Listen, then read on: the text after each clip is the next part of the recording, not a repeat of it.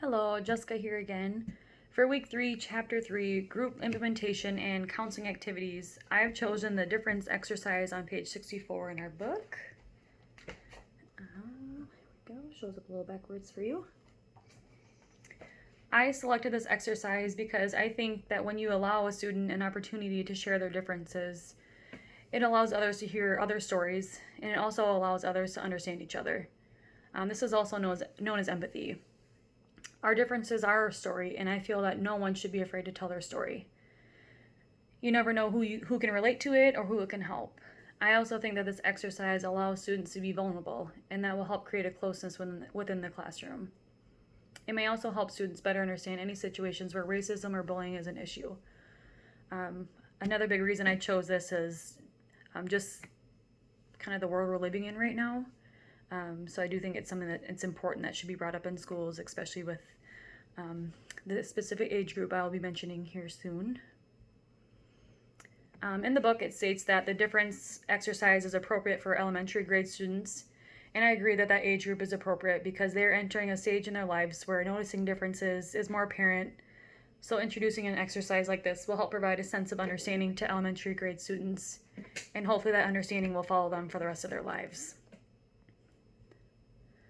And talking about kind of the importance of this exercise, I think first off, it is important that students included in this exercise know that they're in a safe environment and that there is no wrong answer. I think having a strong relationship with the person presenting the exercise or the teacher is important as well. And this exercise is simply a chance for students to share about a time when they felt different and how being left out and different can be hurtful and how that's considered prejudice, racism, and so on. Now I will begin a demonstration of me introducing a difference exercise to a diverse group of students in grade 4.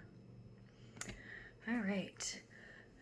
Hello students, I am Jessica, the school social worker, and as many of you know, there are a lot of hurtful things you may be seeing or hearing going on in our world today that are bringing the many differences that many of us face each day to light.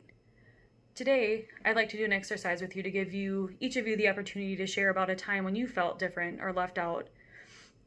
And this will also allow you to have the opportunity to hear about times when others felt different or left out to help you better understand the differences there are right here in this classroom. To do this, I'd like you to share your story with me on an index card. On one side of the index card, I'd like you to write the word different. And when you do this, take a moment to think about a time where you felt different or left out and write down in a few sentences about what that looked like for you.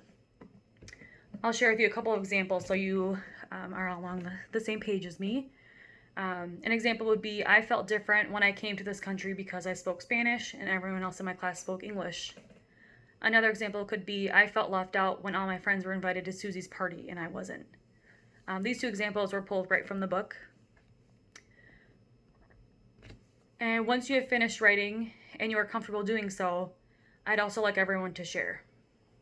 After we've had a solid group discussion, we will discuss ways that you can make sure you don't intentionally leave anyone out and to accept difference as a good thing and not a bad thing. I'll set a timer for 5 minutes to allow each of you time to write down a time where you felt different or left out. And remember, there is no wrong answer. Ready? Write. And that is the end of me introducing the differences exercise. I definitely think that's something that will be really, really important in our current times, and something that I hope my daughter gets to experience in school. If not, she'll be experiencing that with me at home. Thank you for listening, guys. Have a good day.